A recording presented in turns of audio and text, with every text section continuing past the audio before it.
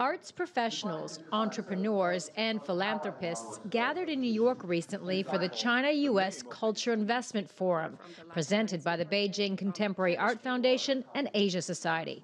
Among the speakers was Wu Cheng, vice president of Tencent, the Chinese tech giant that owns WeChat. Cheng focused on how Tencent is using technology to bring traditional Chinese culture to the masses.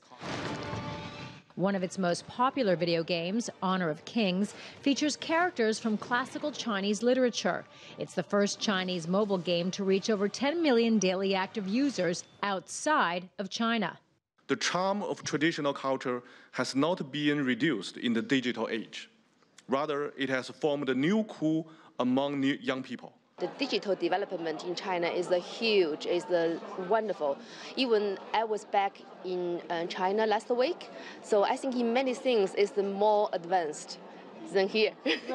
The forum at Asia Society was staged at a time when tensions between China and the U.S. are at a recent all-time high. Many of those in attendance stressed the importance of cultural diplomacy at a time when traditional diplomacy doesn't seem to be very effective. The world is becoming increasingly dangerous, and cultural exchanges can bring information and education and contribute towards peace.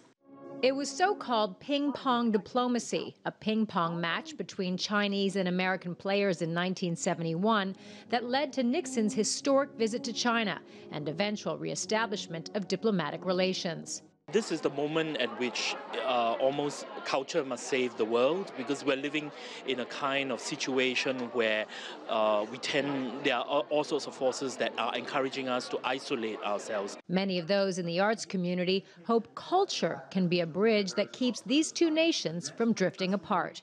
Karina, CGTN, New York.